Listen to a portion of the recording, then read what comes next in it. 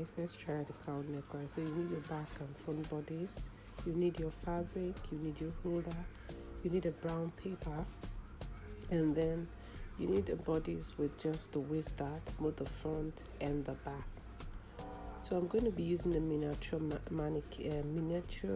bodies, and I'm going to draw a slash line towards the center front and then slash through to close off my waist dart. So this is just like you doing that manipulation, moving your waist dart towards the center front, and then I'm just closing this off. Now to do a cowl neckline, you need more than this spread, so I'm just marking 1 inch above the line I have opened, and I'm going to draw a line through it. But once I'm slashing, I'm not going to slash through. I'll just stop some inches. So this is what I'm doing. I'm using my scissors, but I'm not cutting through. I've done that on the first line. I'm doing the same for the second line. Now, if you're using like a main bodice for a big human being, please your slash line might be 2 inches or more. So I'm going to get my brown paper, just draw like a border line because I want it to be straight. So I'm doing that at the top and at the bottom as well. So I'm placing my pattern, making sure that line aligns to it because it's going to be the center front. So I'm going to pin. Now this is just me showing you something, but if you want to do it on an actual human being, please your slash lines should be more than this. And then I'm just going to do this 1 inch apart, and I'm pinning it. So this line, I'm just going to draw it across this way. Yeah.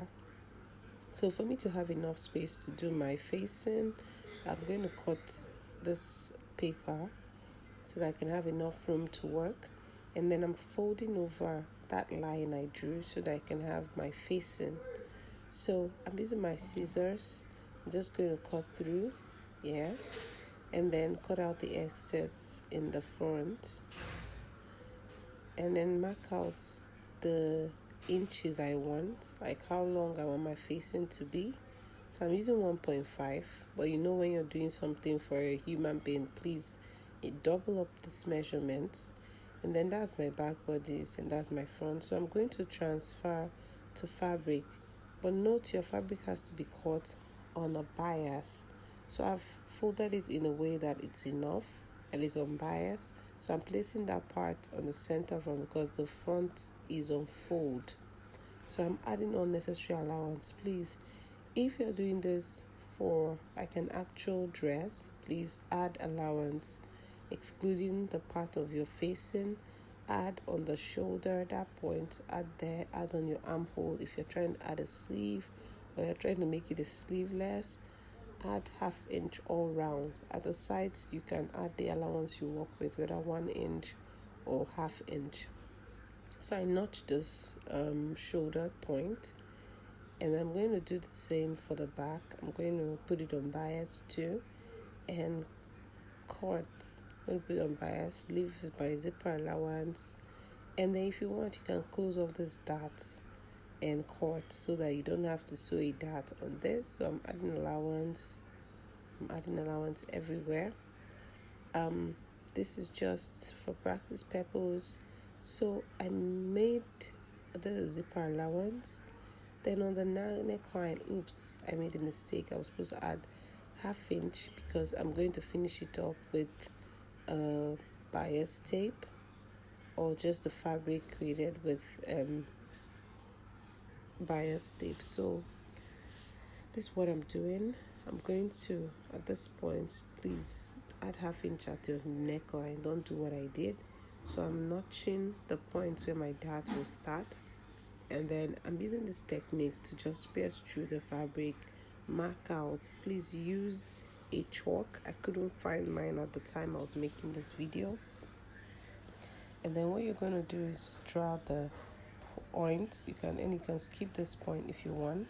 Take out your pins. Take out every of your pin, and then you're going to sew right sides facing right side. So you get that of the bodies and place it right sides facing right sides. But if you want to do this, make sure you've turned the back neckline with the bias, then flip this over, the facing over, to stitch. So you're going to stitch that shoulder by 1/2 inch. That's what you're going to do.